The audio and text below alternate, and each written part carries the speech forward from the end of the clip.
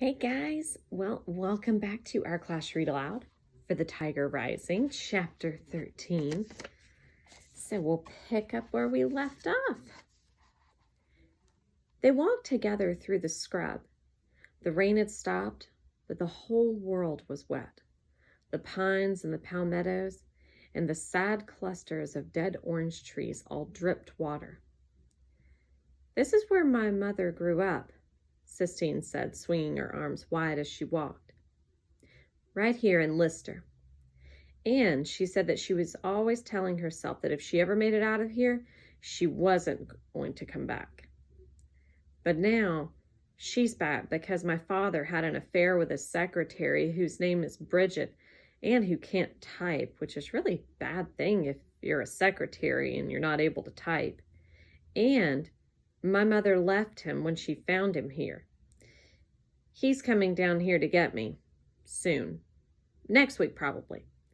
I'm going to live with him. I'm not staying here, that's for sure." Rob felt a familiar loneliness rise up and drape its arms over his shoulders. She wasn't staying. There was no point in wishing. The suitcase needed to stay closed. He stared at Sistine's shiny shoes and willed his sadness to go away. "Ain't you worried about messing up your shoes?" he asked her. "No," she said. "I hate these shoes. I hate every piece of clothing that my mother makes me wear. Does your mother live with you?" Rob shook his head. "No," he said. "Where is she?" Rob shrugged his shoulders. "My mother's going to open up a store downtown.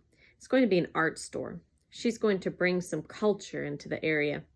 She could sell some of your wood sculptures." "They ain't sculptures," Rob protested. "They're just whittling, that's all. And we got to be quiet because Beecham don't want people walking on his land." "Is this his land?" Sistine asked. "Everything's his," said Rob. "The motel and these woods." "He can't own everything," Sistine argued. "Besides, I don't care. He can catch us. He can put us in jail for trespassing. I don't care." "If we're in jail, we won't get to see the tiger," said Rob. "Where's your mother?" Sistine demanded suddenly. She stopped walking and stared at him. "Shh," said Rob. "You gotta be quiet." He kept walking. "I do not have to be quiet," Sistine called out after him. "I want to know where your mother is." He turned around and looked at her. Her hands were on her hips. Her black eyes were narrowed. "I don't want to see your stupid tiger," she shouted. "I don't care about it. You don't know how to talk to people. I told you about my father and mother and Bridget, and you didn't say anything. You won't even tell me about your mother." Keeping her hands on her hips, she turned around and started marching back in the direction of the Kentucky Star. "Keep your stupid secrets," she shouted. "Keep your stupid tiger too. I don't care." Rob watched her. Because she was wearing his jeans and his shirt, it was like looking into a funhouse mirror. It was like watching himself walk away. He shrugged and bent to scratch his legs. He told himself that he didn't care. He told himself that she was leaving soon anyway. But when he looked up and saw her getting smaller and smaller, it reminded him of his dream. He remembered Sistine riding into the woods on the back of the tiger, and suddenly he couldn't bear the thought of watching her disappear again. "Wait up!" he shouted. "Wait up!" And he started to run toward her. Sistine turned and stopped. She waited for him with her hands on her hips. "Well?" she said when he got closer. "She's dead," he told her. The words came out in short, ragged grasp. "My mama's dead."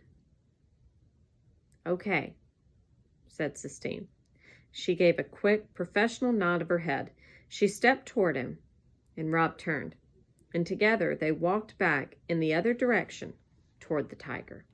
So, I mean, Sistine, she's kind of a pistol a little bit. She got very, very upset at the fact that she didn't think that he was listening or responding the way that she thought that he needed to. So then she ended up kind of blasting him and walking off. So, now that she knows his mother's dead, do you think she's going to treat him differently, or do you think that it's going to be kind of the same? So, now that they're on their way officially to the tiger, do you think they're going to find the tiger? Or do you think, I don't know, Beecham might be lurking around somewhere in the woods? So start predicting. See you guys tomorrow. Bye.